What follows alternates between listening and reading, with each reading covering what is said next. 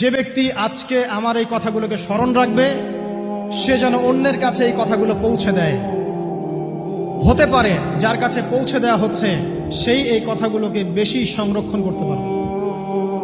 আল্লাহ পাক তার প্রতি রহম করুন যে আমার এই কথাগুলোকে অন্যের কাছে পৌঁছে দেবে।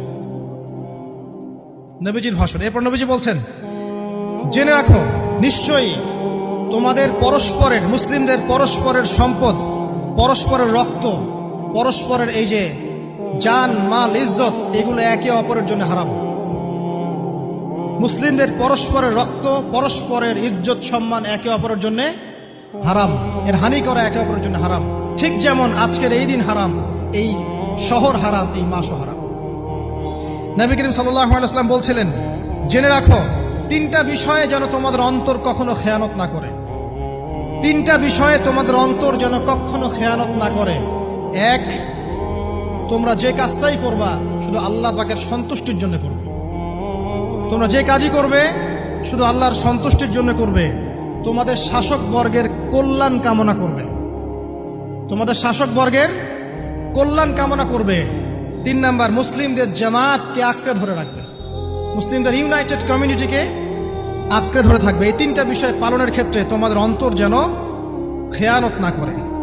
এদিন সূর্য ঢলে যাওয়ার পরে নবী সাল্লাল্লাহু আলাইহি ওয়াসাল্লাম আরো বললেন, শুনে রাখো হে মানব জাতি, এটা ভালো করে শোনেন, শুনে রাখো হে মানব জাতি, নিশ্চয়ই আমি মুহাম্মদ সাল্লাল্লাহু আলাইহি ওয়াসাল্লাম জাহেলি যুগের যত কুপ্রথা আছে সমস্ত কুপ্রথাকে আমার পায়ের তলে পিষ্ট করে গেলাম। জাহেলি যুগে কি ছিল ভাই?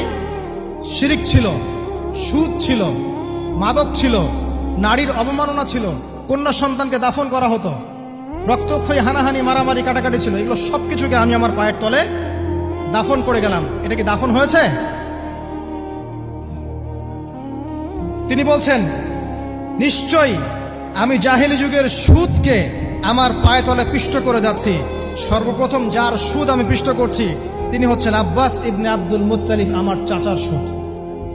নিজের পরিবার থেকে দৃষ্টান্ত স্থাপন করলেন।